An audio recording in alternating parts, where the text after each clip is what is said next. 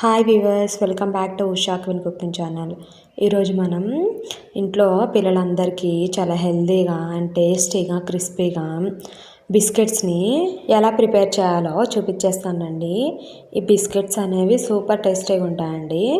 దీనికి కావాల్సిన పదార్థాలు చెప్తాను, నోట్ చేసుకోండి. ఇలా ఒక మిక్సీ జార్ తీసుకొని ఆ మిక్సీ జార్లో ఒక పావు కప్పు మీకు నచ్చిన డ్రై ఫ్రూట్స్ ఏమైనా యాడ్ చేసుకోండి.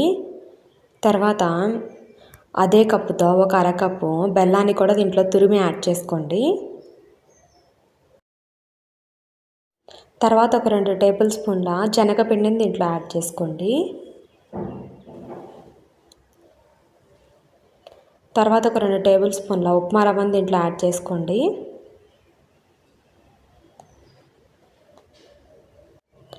తర్వాత ఒక కప్పు గోధుమ పిండిని దీంట్లో యాడ్ చేసుకోండి. తర్వాత ఒక పావు టేబుల్ స్పూన్ బేకింగ్ సోడా, అలాగే ఒక అర టేబుల్ స్పూన్ బేకింగ్ పౌడర్ని దీంట్లో యాడ్ చేసుకోండి.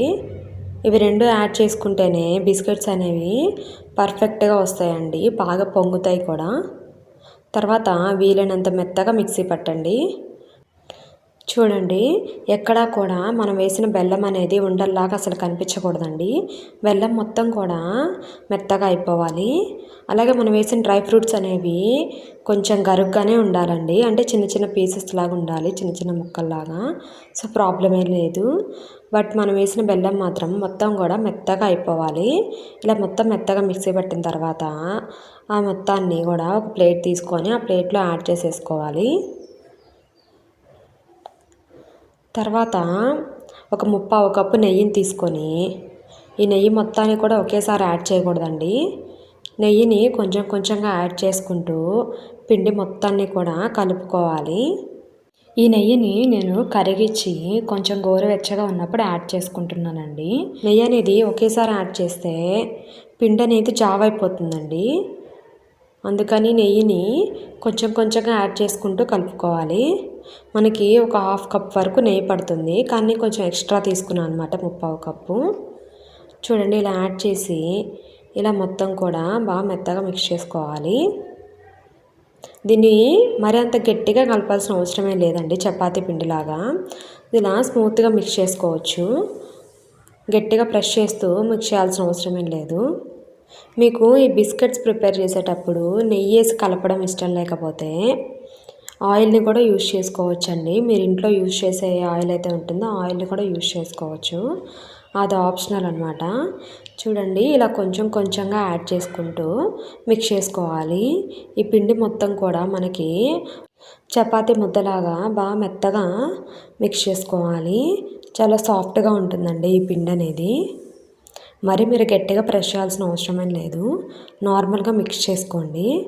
మొత్తం మిక్స్ చేసుకున్న తర్వాత ఇది చపాతీ పిండి ముద్దలాగా రావాలి. లేదంటే అలా రాలేదు అంటే మీరు ఇంకా కొంచెం నెయ్యిని అప్లై చేసుకోండి.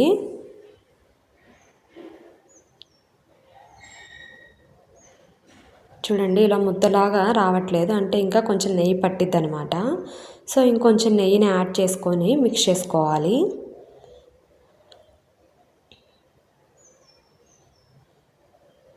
సో ఇలా నెయ్యి అనేది కొంచెం కొంచెంగా యాడ్ చేసుకోండి, నెయ్యి కానీ ఆయిల్ కానీ ఇలా యాడ్ చేసుకొని బాగా మిక్స్ చేసుకుంటూ ఒక చపాతీ ముద్దలాగా వచ్చేలాగా వీడియోలో చూపిస్తున్నట్టుగా చపాతీ ముద్దలాగా ప్రిపేర్ చేసి పక్కన పెట్టుకోవాలి.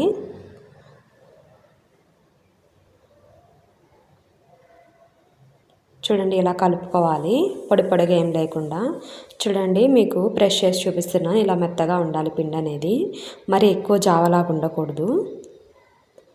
ఇలా ప్రిపేర్ చేసి పక్కన పెట్టేసేసుకొని ఇప్పుడు బిస్కెట్లు బేక్ చేసుకోవడానికి ఒక ప్లేట్ ఏదైనా తీసుకొని ఆ ప్లేట్కి ఒక టేబుల్ స్పూన్ నెయ్యిని యాడ్ చేసుకొని ఆ నెయ్యి మొత్తాన్ని కూడా ఇలా స్ప్రెడ్ చేసుకోవాలి.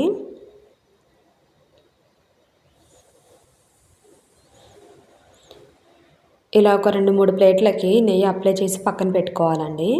ఎందుకంటే మనం చేసే బిస్కెట్స్ కొంచెం పెద్దవైతే ఒక 15 వస్తాయి, కొంచెం చిన్నగా కానీ చేసుకుంటే 25 అలా వస్తాయండి.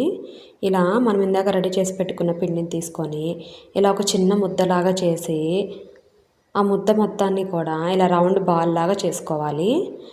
పగుళ్ళు ఏమీ లేకుండా ఇలా రౌండ్ బాల్ లాగా చేసుకోవాలి. నేను మీకు వీడియోలో చూపిస్తున్నాను చూడండి. ఇలా రౌండ్ బాల్ లాగా చేసుకొని ఈ రౌండ్ బాల్ని మన అరచేతిలో పెట్టి ప్రెస్ చేయాలండి. ఇలా చూడండి, అరచేతిలో పెట్టి ఇలా ప్రెస్ చేస్తే బిస్కెట్ లాగా రెడీ అయిపోతుంది అనమాట. ఈ చుట్టుపక్కల పగుళ్ళు ఏమైనా ఉంటే దాన్ని చేతితో ఇలా ప్రెస్ చేయండి, ఆ పగుళ్ళని సరిపోతుంది. చూడండి, ఈ మందంలో ఉంటే సరిపోతుందండి. ఇలానే బిస్కెట్లు అన్నీ కూడా ప్రిపేర్ చేసుకోండి.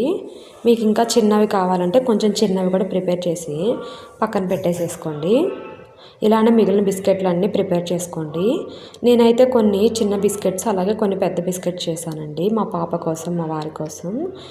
సో మీరు కొంచెం చిన్న బిస్కెట్స్ కావాలంటే అలా కూడా మీరు ప్రిపేర్ చేసుకోవచ్చు అంటే ఇంట్లో పిల్లల కోసం. కొంచెం చిన్నవైతే పిల్లలకి ఏంటంటే పట్టుకొని తినడానికి కొంచెం తేలిగ్గా ఉంటాయి కదా. సో మీరు కొంచెం పిండి తగ్గించేసి చిన్న బిస్కెట్స్ని కూడా ప్రిపేర్ చేసుకోవచ్చు. అది మీ ఇష్టం అండి, ఆప్షనల్. చూడండి, ఇలానే మీరు ఎన్ని బిస్కెట్స్ కావాలంటే అన్ని బిస్కెట్స్ని ప్రిపేర్ చేసి పక్కన పెట్టేసేసుకోవాలి. అన్నీ కూడా ఇలా ఒక ప్లేట్లో కొంచెం స్పేస్ ఉండేలాగా విడివిడిగా పెట్టేసేసుకోవాలండి. వీటిని బేక్ చేసుకోవడానికి ఏదైనా ఒక ప్యాన్ తీసుకొని స్టవ్ మీద పెట్టేసేసి మంటని లో ఫ్లేమ్లో పెట్టి ఒక స్టాండ్ని పెట్టి దాని మీద ఒక మూత పెట్టేసేసి ఒక 10 నిమిషాల పాటు ప్రీహీట్ చేసుకోవాలండి. అప్పుడే బిస్కెట్స్ అనేవి బాగా బేక్ అవుతాయి అన్నమాట, చాలా పర్ఫెక్ట్గా. తర్వాత ప్రీహీట్ అయిన తర్వాత మనం రెడీ చేసి పెట్టుకున్న బిస్కెట్స్ ఉన్నాయి కదా, అవి దాంట్లో పెట్టేసేసేయాలి. ఆ వేడి అనేది పోకుండా పైన ఏదన్నా మూత పెట్టేసేసేయాలి. ఒక 10 మినిట్స్ పాటు మీడియం ఫ్లేమ్లో, ఒక 5 to 10 మినిట్స్ పాటు లో ఫ్లేమ్లో పెడితే సరిపోతుందండి. బిస్కెట్స్ అనేవి పర్ఫెక్ట్గా బేక్ అవుతాయి. అంతకుమించి ఎక్కువ టైం ఏమీ అవసరం లేదండి, ఎందుకంటే మాడిపోతాయి బిస్కెట్స్ అనేవి. ఒక 15 మినిట్స్ తర్వాత మీకు చూపిస్తున్నాను చూడండి ఎంత పర్ఫెక్ట్గా బేక్ అయ్యాయో. చుట్టుపక్కలంతా కూడా లైట్ బ్రౌన్ కలర్లో రావాలి. పైన కూడా చూడండి చాలా లైట్ బ్రౌన్ కలర్ వచ్చేసింది కదా. మీకు ఇంకా అర్థమయ్యేలా చెప్పాలంటే ఒకసారి ఇలా బిస్కెట్ని టచ్ చేసి చూస్తే ఆ పిండి మన చేతికి అంటుకోకుండా ఉండాలి, అప్పుడు పర్ఫెక్ట్గా రెడీ అయినట్టు. సో వీటిని ఎలా తీయాలో నేను మీకు చూపిస్తాను రండి. ఈ బిస్కెట్స్ అనేవి పూర్తిగా ఆరిపోయిన తర్వాత మీరు ఇలా ప్రెస్ చేస్తే ఏదైనా నైఫ్ తీసుకొని చాలా ఈజీగా వచ్చేస్తాయండి. ఆరక ముందు కానీ మీరు తీయాలని ట్రై చేస్తే అస్సలు రావండి, ఎందుకంటే అప్పుడు చాలా సాఫ్ట్గా ఉంటాయి బిస్కెట్స్ అనేవి. ఆరిన తర్వాత గట్టిగా అయిపోతాయి అన్నమాట. సో ఇలా ఏదైనా నైఫ్ తీసుకొని మీరు ఇలా ప్రెస్ చేసి ఊరికే ఇలా లాగేశారంటే వచ్చేస్తాయి చాలా ఈజీగా. చూడండి ఎంత పర్ఫెక్ట్గా బేక్ అయ్యాయో. అండ్ బిస్కెట్స్ చాలా హెల్తీగా అండ్ టేస్టీగా ఉంటాయండి.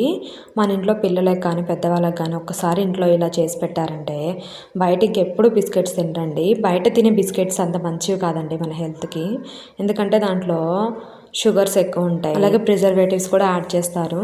సో వీలైనంత వాటికి మనం ఇంట్లోనే మన పిల్లలకి ఇలా చేసి పెట్టుకుంటే చాలా హెల్తీగా ఉంటాయండి. ఇవి ఏదైనా ఎయిర్ టైట్ కంటైనర్లో స్టోర్ చేసుకుంటే 1 month వరకు స్టోర్ ఉంటాయండి. చూసారు కదా ఈ బిస్కెట్స్ అనేవి ఎంత సింపుల్. మీరు కూడా ట్రై చేసి మీకు ఎలా వచ్చిందో నాకు కమెంట్ చేయండి. మీకు కనుక ఈ వీడియో నచ్చినట్లయితే ప్లీజ్ మా ఛానల్ని లైక్ చేయండి మరియు సబ్స్క్రైబ్ చేయండి. మీ ఫ్రెండ్స్కి అండ్ రిలేటివ్స్కి షేర్ చేయండి. Thank you for watching.